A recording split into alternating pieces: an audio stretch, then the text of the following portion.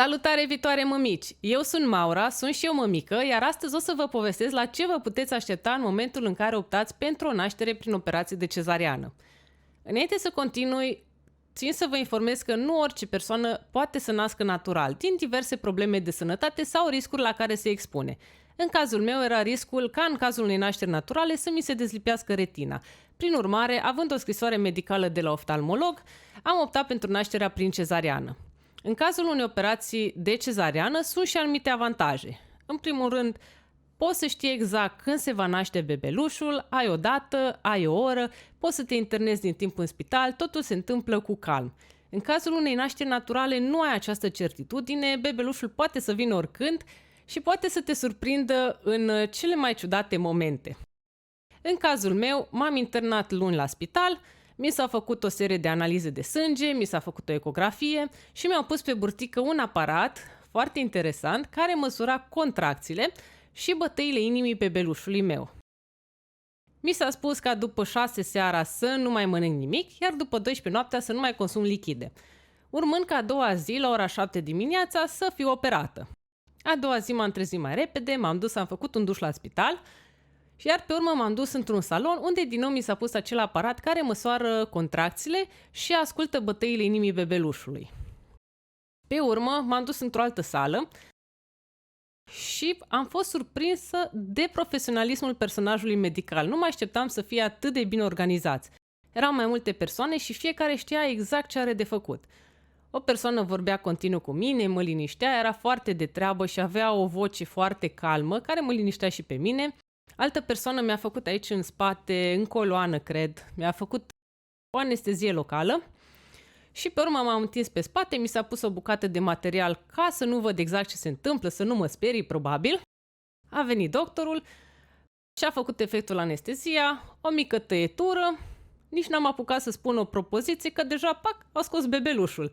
A rămas șocată cât de repede s-a întâmplat acest lucru. Primul lucru pe care l-au făcut a fost să-i lipească obrazul lui de obrazul meu, astfel producându-se un contact direct. După acest lucru, au luat bebelușul, l-au spălat, l-au cântărit, au avut puțin grijă de el, iar pe mine m-au cusut, mi-au închis operația și m-au dus într-un salon în care urma să stau pe perioada șederii mele în acel spital. După ce mi-au pus perfuzii cu calmante și m-am liniștit și eu, mi-au adus bebelușul ca să-l văd și, desigur, aveam posibilitatea să optez ca non-stop să stau cu bebelușul lângă mine. Însă, fiind după operație, am ales să dorm câteva ore ca să-mi revin și ulterior să petrec mai mult timp cu bebelușul meu, pentru că totuși este operație și ai nevoie de acel somn. Personalul medical, spre surprinderea mea, a fost foarte profesionist și au avut grijă de bebeluș foarte bine, deși am auzit foarte multe zvonuri cu cazuri nefericite în care acest lucru nu se întâmplă și oarecum am fost speriată și m-am gândit la ce e mai rău. Din fericire, nu s-a întâmplat nimic rău. Copilul a făcut și icter în perioada când am stat în spital, am stat aproape 4 zile, l-au pus la lampă și a revenit. Pe urmă a urmat ziua externării. În ziua externării, eu am putut deja umbla pe picioarele mele. De fapt, am putut umbla pe picioarele mele încă din seara zilei în care am fost operată de cezariană. Recuperarea a fost foarte rapidă. După o săptămână am fost să-mi scoată firele și puteam umbla foarte liniștită, foarte mult pe jos, nu aveam niciun fel de problemă.